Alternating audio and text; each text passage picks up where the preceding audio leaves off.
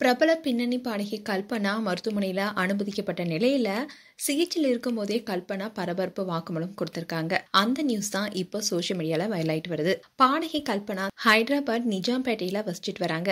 இந்நிலையில கடந்த சில நாட்களாவே அவங்களுடைய வீட்டோடைய கதவு திறக்கப்படாம இருந்துச்சு. இதனால சந்தேகம் அடைந்து அக்கம் பக்கம் இருக்கவங்க வீட்டுடைய கதவை தட்டி பார்த்திருக்காங்க. ஆனா வீடு உள்பக்கம் பூட்டியிருப்பதனாலையும் கதவை திறக்காதனாலையும் போலீசார் கிட்ட தகவல் தெரிவிச்சிருக்காங்க.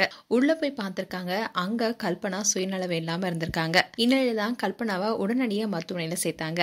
அங்க டாக்டர்ஸ் கல்பனாவை செக் பண்ணிருக்காங்க. அப்போ அளவுக்கு அதிகமா தூக்க மாத்திரையை அவங்க சாப்பிட்டதாகவும் தற்கொலை முயற்சியில ஈடுபட்டிருக்கலாம்னு சொல்லியிருந்தாங்க. தூக்க மாத்திரையா அளவுக்கு அதிகமா சாப்பிட்ட கல்பனா இப்போ அபாய கட்டத்தை தாண்டி விட்டதா அவருக்கு சிகிச்சை அளித்த மருத்துவர்களும் சொல்லியிருக்காங்க. அதோட அவங்களுடைய உடல்நிலை இப்ப சீராக இருப்பதாகவும் தெரிவிக்கப்பட்டிருக்கு. இந்நிலையில கல்பனா சிகிச்சையில இருக்கும் போதே பரபரப்பு வாக்குமூலம் கொடுத்திருக்காங்க. இத பத்தி போலீசார் என்ன சொல்லியிருக்காங்கன்னா, கல்பனா உடல்நலம் தெரியதுக்கு அப்புறமா அவங்க கிட்ட நாங்க விசாரிச்சோம். நான் தற்கொலைலாம் செய்யலன்னு சொல்லியிருக்காங்க. அவங்களுடைய மகள் தயா கேரளாவில தங்கி படிச்சுட்டு வராங்க. அதுல கல்பனாவுக்கு உடன்பாடு இல்ல. தாங்கூடியே தங்கியிருந்து படிக்கணும்னு ஹைதராபாத்துக்கு கூப்பிட்டிருக்காங்க கல்பனா. இதுக்காக கடந்த திங்கட்கிழமை மகளை பார்க்க கேரளா எர்ணாகுளம் போய் மகள் கிட்ட பேசியிருக்காங்க. ஆனா நான் கேரளாவில தான் படிப்பேன்னு திட்டவட்டமா சொல்லியிருக்காங்க தயா.